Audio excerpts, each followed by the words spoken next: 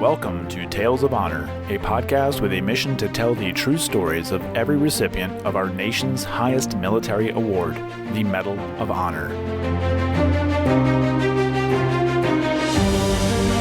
Hello, everyone, and welcome to today's episode of Tales of Honor podcast. I'm your host, Christoph Ambrosch, and today's episode is episode number 650. And I want to remind you all, if you'd like to read along and see additional photos and be able to share these stories with anybody else, you can do so. There's a link in the show notes. If you're listening on Apple Podcasts or Spotify, you can click on and you can go over and read, or head on over to talesofhonorpodcast.com. And you can see all the stories over there. That's all I have for today, so let's get on with today's Tale of Honor. Richard was born on the 27th of July, 1832, in Lakeport, New Hampshire, where he grew up with his father being a state representative. After grade school, he became a businessman and then joined the Union Army in May of 1861 at the age of 29.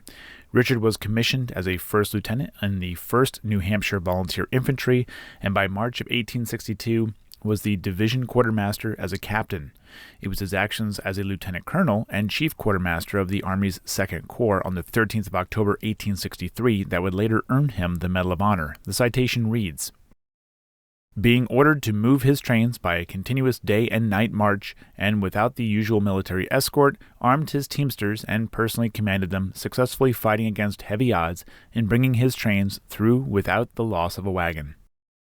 Richard would go on to become the chief quartermaster for the Army of the Potomac, and in June of 1865 transferred from the volunteer service to the regular army as a captain.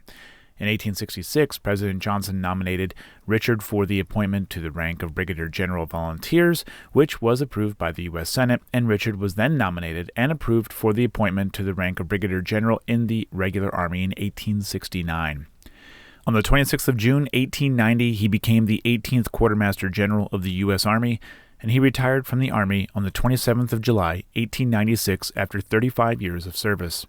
I did not find any record of marriage, and on the 4th of January, 1901, Richard Napoleon Batchelder died at the age of 68. He is buried in Arlington National Cemetery, Section 2, Grave 998. And that was a tale of honor. Thank you for listening to Tales of Honor, and if you enjoyed the show, please be sure to subscribe and tell your friends and family. Tales of Honor is written and produced by Christoph Ambrosch, and theme music is Loyalty and Duty by Floruz Music. If you have any questions, you can send an email to talesofhonorpodcast@gmail.com, and please be sure to visit talesofhonorpodcast.com for more episodes and information.